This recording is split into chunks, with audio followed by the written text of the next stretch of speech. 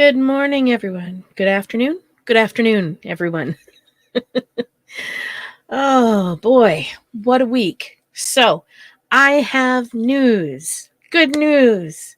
Um, Yesterday at about 5:30 in the evening, I wrote the last word in the last chapter, -1, I'll explain in a sec, of the Van Life Cookbook first draft. It's done, folks. Yay! There is a possibility that I will be adding one more very short chapter, but that is yet to be determined, and I cannot add it until I have everything else completely done and typeset, because I have to put page numbers in on it. So we'll see. It might not happen, so I'm not going to say anything, but we'll see. But it's done. It's done. And I got out my test cooking emails. Now, for those of you who are interested in the possibility of getting 1 or 2 recipes from my new cookbook to test cook at home, I have a form online. You can get it at my web, not on my web. Well, I'll put it up on my website, but also on my Facebook page, Allyson Sabo. Do the little Facebook @ Allyson Sabo. I should pop up. It is, there's a form to fill out. I check that form. I'll be checking it each morning during the week and sending out emails that day, probably, unless I get a big thwack of them, in which case it might take me a couple of days. But you fill out the form. I send you a couple of recipes and a link to a feedback form. That feedback form asks you questions, and they're really simple stuff. It's mostly yes, no, and then there's a couple of bits at the end for opinions. The idea is, were the recipes easy? Did they feed 1 or 2 people? What did you like? What did you not like? That kind of stuff. And, there's an option for if you'd like to be quoted in the book. There's an option for if you'd like to send me pictures. So yeah, it's all there and it's all ready. I'm like so excited. I don't even have words right now. And it's such a relief. I feel so much lighter today. This was not as easy as writing the medieval cookbook. Weirdly enough, even though there was less research involved and less, delving into history and stuff, cooking for 1 or 2 people for me is incredibly difficult. I cook feasts for hundreds of people. That's my bag. Doing it for 1 or 2, wow, what a learning curve.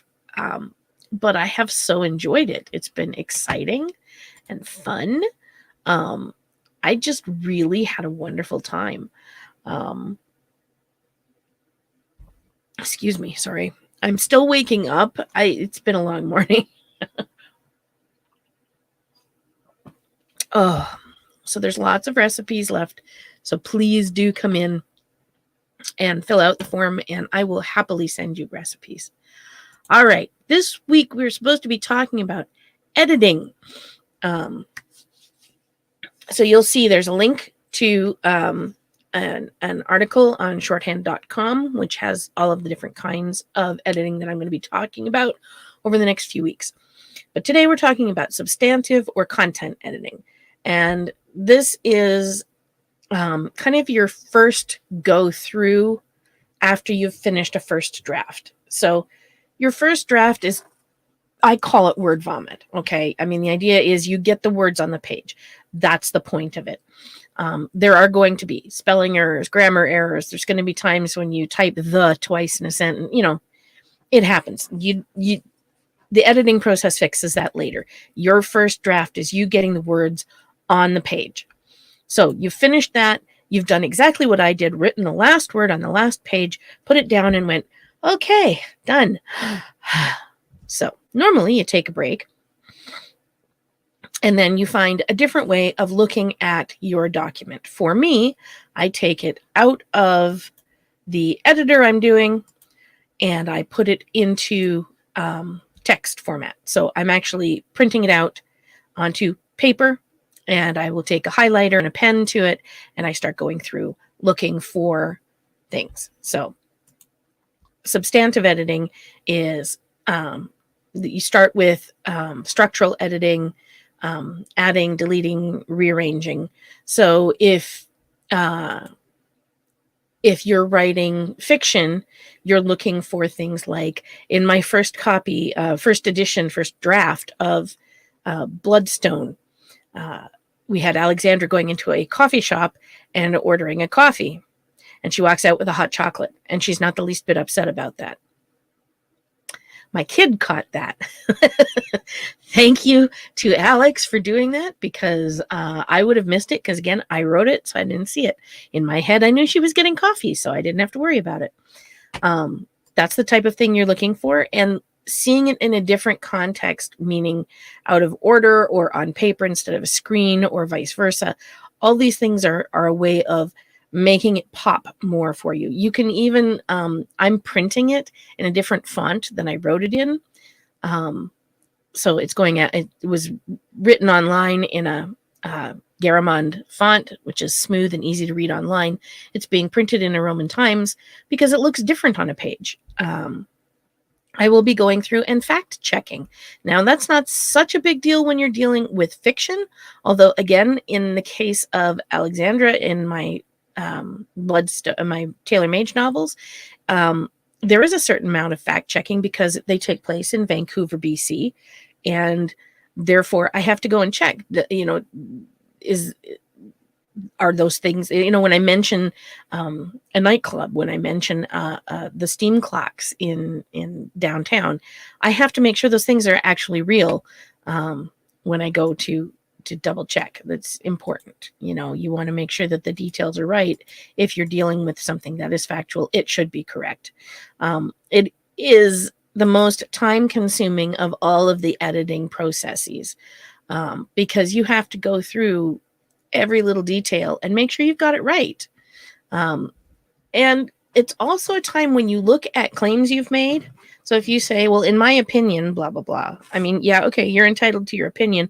But if your opinion is that the sky is green and everybody else can see perfectly well that it's kind of bluish and white, you'd better have something to back up your opinion or revise your opinion based on available facts. So you really need to make sure that your text is accurate. So again, you're checking the accuracy of your information. You're looking at the organization and the overall structure of your text. So in a fictional book, you want to look at, do you want to have the book set up so that each chapter starts with like an initial large cap, or little formatting, things like that. Excuse me. You need to look at spelling and grammar. You need to look at something as simple as, when you do your paragraphs, are all your paragraphs spaced the same and you're indented at the beginning of each paragraph? Or do you have a space in between and you're just justified? Different books do it in different ways. With a cookbook, I'm also looking at making sure that my recipes are all formatted in the same way. So, the ingredients list is in the same place on each recipe. That consistency is very important because people will go from recipe to recipe and they want the layout to be the same no matter which recipe they go to. You're going to check for clarity and tone. And these are things that, they're very individual, but you want to look at, did I start writing in first person and switch to third and then go to first person again? You want to stay in the same voice and tone throughout your book, unless you're writing a book that has several points of view, in which case each section should be internally consistent.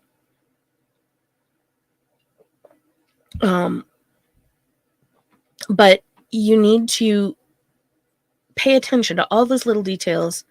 And if you need to add or delete sections or move things around, For instance, I might look at some of my chapters have way more recipes than other chapters.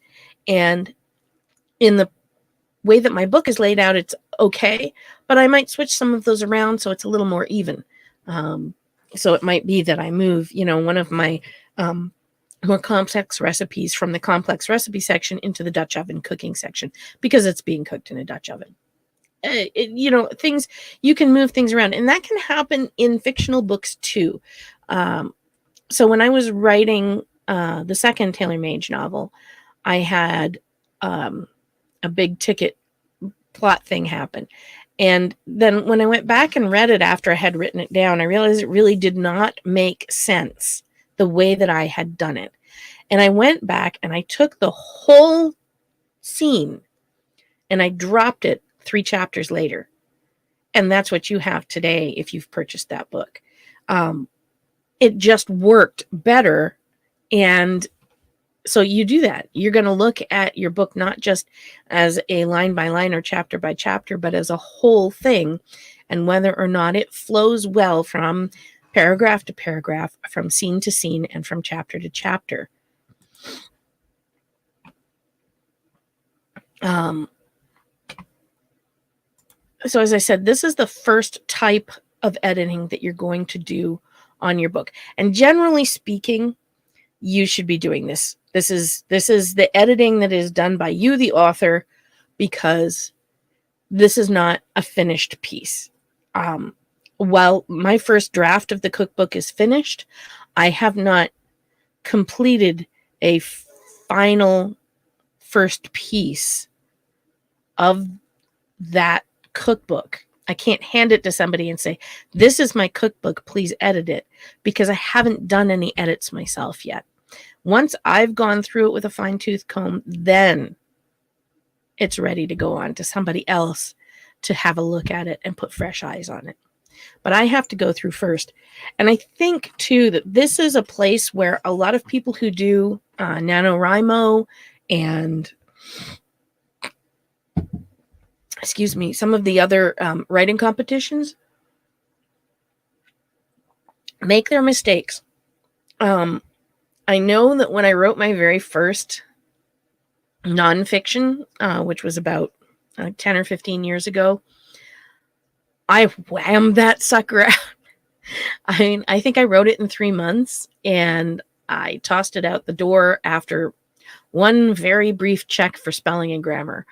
And the people who were publishing it were a small imprint, and they did not have a big time professional editor. They just had someone like me who was in volunteering their time, and they caught quite a few errors. And looking back on that now, that embarrasses me. They were things that I should have caught before it went out my door. It was not ready to go out. And that book would have done much better. I mean, it sold well enough. It's a niche market, which is fine. But I think that it would have been better if I had spent more time editing and improving the final product. And when I got to writing the Taylor Mage novels, I did put in that effort and am still putting in that effort. That work in editing and making sure that the story works right and flows correctly, and that I'm not